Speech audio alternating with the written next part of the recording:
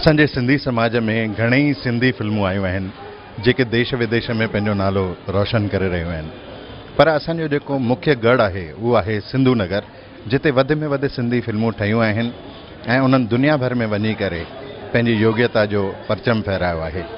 पर इन्हनि सिंधी फिल्मुनि जे इतिहास जे असीं नज़र विझूं त इहो संतनि महात्माउनि जो आशीर्वाद ई आहे, जो उन्हनि जी दया सां, उन्हनि जी कृपा सां, उन्हनि जे मार्गदर्शन सां ऐं उन्हनि जी हिम्मत सां इहे फिल्मूं ठहियूं आहिनि। अलॻि अलॻि सब्जेक्ट्स ते, अलॻि अलॻि विषयनि ते इहे फिल्मूं ठहियूं आहिनि ऐं अहिड़ी हिकु फिल्म हिते रिलीज़ थी रही आहे उल्हासनगर में, हिकु दफ़ो वरी अशोक अनिल मल्टीप्लेक्स में, जंहिंजो नालो आहे वरदान, जंहिंजो सब्जेक्ट इहो आहे कि अॼु असीं ॾिसी रहिया आहियूं त घणनि ई समाजनि में जेके फीमेल चाइल्ड आहिनि उन्हनि खे एॾो रेस्पॉन्स नथो ॾिनो वञे, माण्हू एबॉर्शन्स था कराए छॾनि, पुट जी चाह में धीअरुनि खे परभरो था करे छॾनि। पर हीअ फिल्म वरदान इहो संदेश थी ॾे त नारी शक्ति हिकु वरदान आहे। असांखे हिकु ममता भरी माउ खपे ऐं प्यारी जेका आहे भेण खपे जेका रखड़ी ॿधे।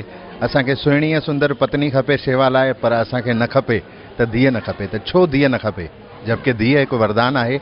इन ई स्वरूप सां हीअ फिल्म तयारु कई वई आहे ऐं अॼु उन जे प्रीमियर शो ते असांजे प्रखर तमामु वॾी गादी साईं वसण शाह दरबार जा संत, असांजे प्यारे साईं गुरमुखदास साहिब जन जा सुपात्र, साईं छोटूराम साहिब जन पंहिंजो आशीर्वाद ॾियणा आहिनि ऐं उन्हनि जे हथां ई हिन जो प्रीमियर हिते संपन्न थियो आहे। इन मौक़े ते साईं जन खां ॿ खर आशीर्वाद जा ज़रूरु वठणु चाहींदासीं। बाबा जय जय वसण शाह, जय जय पारू शाह। अॼु उल्हासनगर जी भूमीअ ते वरदान मूवीअ जो प्रमोशन थियो रहियो आहे। अॼु जंहिंजो वॾे भव्य परिमाण सां प्रीमियर आहे। अॼु सिंधी काउंसिल ऑफ इंडिया न्यूडिया ग्रुप जंहिं सॼी इहा मूवी अरेंज कई आहे, हिते मूवी ठहियल त ॿिए हंधि आहे, पर हुननि अॼु उल्हासनगर में इहा मूवी प्रोमो कई आहे। वरदान हिकु टॉपिक ई जंहिंजो नालो ई आहे वरदान, वरदान थो मिली वञे। अॼु ॾिसो न, असां न्याणियूं नथा, असांखे खपे, सभिनि खे खपनि पुटु हुजे जेको असांखे बाहि ॾे। पुटु खपंदो ई बाहि जे लाइ, ॿिए कंहिं कम लाइ न हूंदो आहे पुटु। न्याणी अहिड़ी शइ आहे, न्याणी असांजी माता आहे, न्याणी असांजी भेण आहे, न्याणी असांजी घरवारी आहे।